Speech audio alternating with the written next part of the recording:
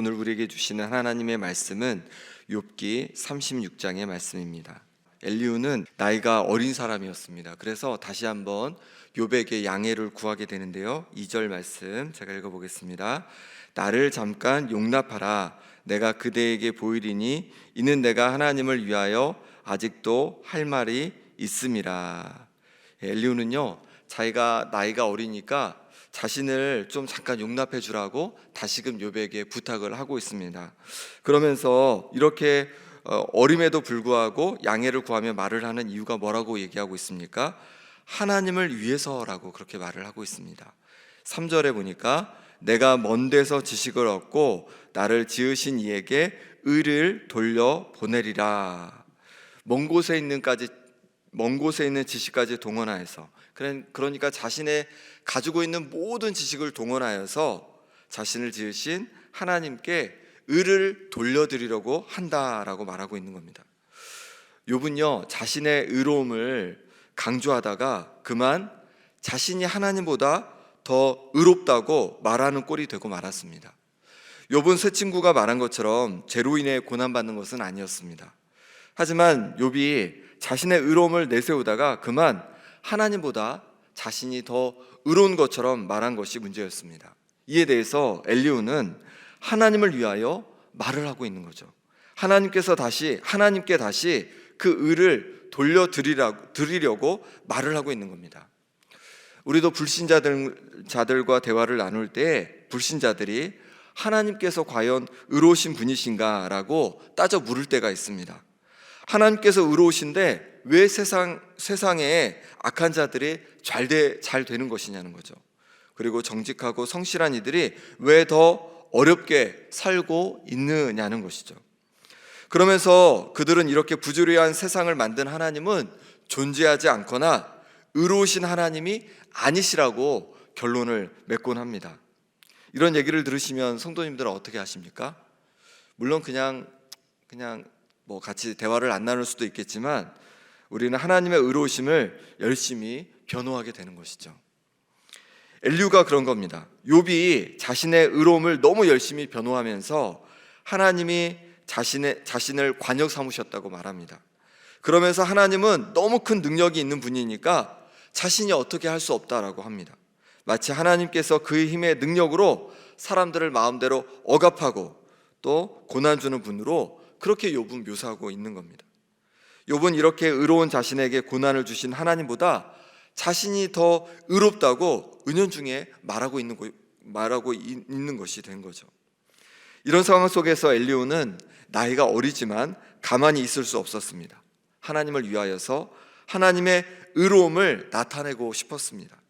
자신의 지식이 높은 것은 아니지만 자신이 아는 모든 지식을 동원하여서 모든 지식을 끌어모아서 하나님의 의로움을 드러내고 싶었습니다. 그럼 엘리후가 어떻게 하나님의 의로우심을 드러내고 있을까요? 우리 5절 말씀 같이 읽어보겠습니다. 5절입니다. 하나님은 능하시나 아무도 멸시하지 아니하시며 그의 지혜가 무궁하사.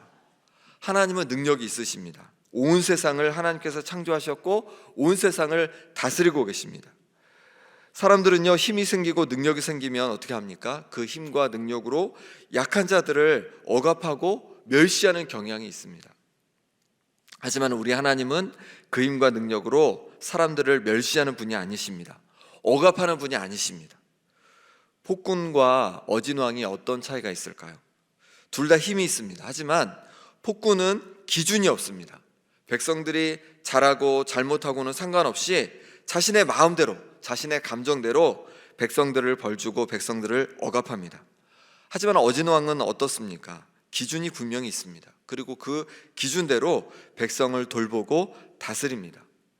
하나님은 아무 기준 없이 사람들을 대하는 분이 아니십니다. 자신의 힘으로 사람들에게 고난을 주고 억압하는 분이 아니십니다. 기준이 분명히 있으십니다. 6절 말씀해 보니까 악인을 살려두지 아니하시며 고난받는 자에게 공의를 베푸시며, 하나님께서는 악인은 벌하시는 분이십니다. 고난받는 자에게는 공의를 베푸시는 분이십니다. 우리 하나님은 기준이 있으신 분이신 거죠. 그리고 그 바른 기준대로 세상을 다스려 가시는 분이십니다. 이 말은 욥에게 어떻게 들렸을까요? 욥에게 굉장히 위로가 되는 말입니다. 하나님은요, 고난받는 자에게는 공의를 베푸시는 분이라는 거예요. 그러니 욥이 의롭다면 분명히 하나님께서 다시 회복하실 것을 기대할 수 있는 겁니다. 7절에 이렇게 말씀합니다.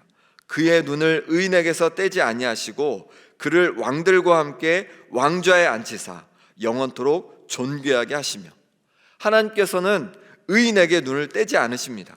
그를 왕들과 함께 왕좌에 앉히시고 영원토록 존귀하게 하신다 말씀하고 있는 겁니다. 그렇습니다. 우리 하나님은요, 의인을 존귀하게 하시는 분입니다. 욥이 의롭다면 반드시 이에 대해서 하나님께서는 회복해 주시고 보상해 주신다는 거예요.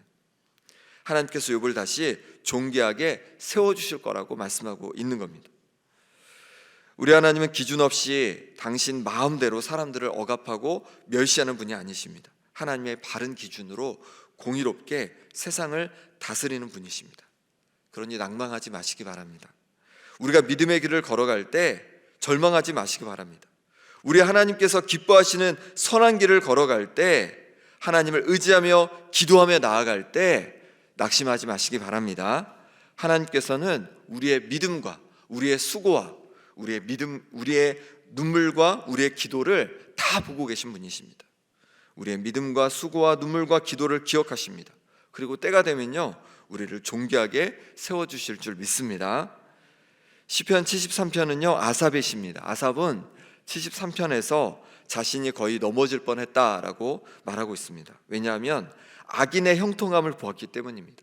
악인이 이 땅에서 너무 잘 되는 겁니다. 그리고 그들이 이 땅에서 잘 될 뿐만 아니라 죽을 때도 고통 없이 끝까지 강건하다가 그렇게 아무 어려움 없이 죽음을 맞는 겁니다. 이렇게 악인이 형통한 모습을 보면서 거의 아삽은 넘어질 뻔했습니다.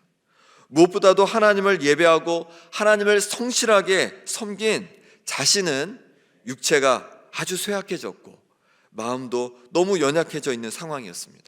그로 인해서 아삽은 하나님의 공의를 의심하게 된 겁니다. 그런데 하나님의 성소에 들어갈 때, 하나님의 전에 들어갈 때 아삽은 그들의 종말을 깨닫게 되었습니다. 결국 하나님께서 그들을 심판하신다는 것을 알게 되었습니다. 그리고 하나님께서 자신의 손을 붙잡아주고 계심을, 자신은 너무 힘들고 어려움 속에 있지만 하나님께서 하나님의 손으로 자신의 손을 붙잡고 계심을 깨닫게 되었습니다. 이렇게 하나님의 공의를 깨달았을 때 아삽은 이렇게 고백합니다. 하늘에서는 주 외에 누가 내게 있으리요, 땅에서는 주밖에 내가 사모할 리 없나이다. 내 육체와 내 마음은 쇠약하나 하나님은 내 마음의 반석이시요 영원한 분깃이시도다. 시편 73편 25절 26절 말씀입니다. 그렇습니다. 하나님은 여전히 공의로우십니다. 그러니 우리가 의지할 분은 오직 하나님뿐인 줄 믿습니다. 몸이 아프십니까? 마음이 너무 힘드십니까? 하나님께서 여전히 우리와 함께하고 계십니다. 하나님께서 우리 마음에 반석이 되어주십니다. 하나님께서 우리에게 영원한 분깃이 되어주십니다. 하나님을 붙드시기 바랍니다. 하나님께 믿음으로 나아가시기 바랍니다. 여전히 하나님을 경외하며 살아갈 수 있는, 하나님께 소망을 두고 살아갈 수 있는 우리 성도님들 되시길 바랍니다. 갈라디아서 6장 9절에 우리가 선을 행하되 낙심하지 말지니 포기하지 아니하면 때가 이름에 거두리라. 선을 행하며 나갈 때, 믿음으로 나갈 때 우리가 절망하지 않으면, 포기하지 않으면 때가 이름에 거두게 된다라고 말씀하고 있습니다. 우리가 여전히 주님 기뻐하시는 길을 걸어가시기를 소망합니다. 그럴 때 때로 힘들기도 하고 어렵기도 하지만 때가 이르면 하나님께서 우리 인생의 열매로 보답해 주실 줄 믿습니다. 엘리후는 이제 이런 공의의 하나님을 바라보면서 욥이 그 마음 자세를 바꾸어야 한다고 말하고 있습니다. 엘리후는 17절 18절에서 욥에게 악인이 받을 벌이 그대에게 가득하였다고 분노하지 말라고 합니다. 악인이 받을 형벌이 욥 너에게 가득해도 그래도 분노하지 마라 라고 말하고 있습니다. 분노로 부르짖는 것이 곤고함을 벗어나게 하는 것이 아니라고 얘기하고 있습니다. 하나님을 향하여 분노하지 말고 하나님께 화살을 돌리지 말라고 합니다. 왜 그럴까요? 23절 말씀 같이 읽어보겠습니다. 누가 그를 위하여 그의 길을 정하였느냐? 누가 말하기를 주께서 불의를 행하셨나이다 할 수 있으랴? 누가 감히 하나님의 길을 정할 수 있느냐라고 말하고 있습니다. 그렇습니다. 우리가 어찌 하나님께서는 이렇게 하셔야 합니다, 저렇게 하셔야 합니다, 감히 누가 하나님의 길을 정할 수 있겠습니까? 누가 감히 주께서 불의를 행하셨나이다 라고 누가 감히 말할 수 있겠습니까? 하나님은 온 세상을 창조하시고 또 우리를 창조하신 분이십니다. 하나님이 아니면 우리는 존재할 수 없습니다. 우리를 존재케 하신 분께 어떻게 우리가 그분이 행할 길을 정할 수 있고 그분을 불의하다고 말할 수 있겠습니까? 더군다나 우리 하나님은요, 우리가 다 헤아릴 수 없는 분이십니다. 26절 말씀해 보니까 하나님은 높으시니 우리가 그를 알 수 없고 그의 횟수를 헤아릴 수 없느니라. 하나님의 생각을 우리의 생각에 1%도 담기 어려울 정도로 하나님은 높고 크신 분이십니다. 그런데 어찌 하나님의 마음을 우리가 다 헤아릴 수 있겠습니까? 우리 앞에 오는 고난들, 아픔들, 문제들, 우리는 그 이유를 다 알 수 없습니다. 하나님께서 왜 우리에게 이런 고난과 어려움을 주셨는지 우리는 알 수 없습니다. 우리가 어찌 하나님의 마음을 헤아릴 수 있단 말입니까?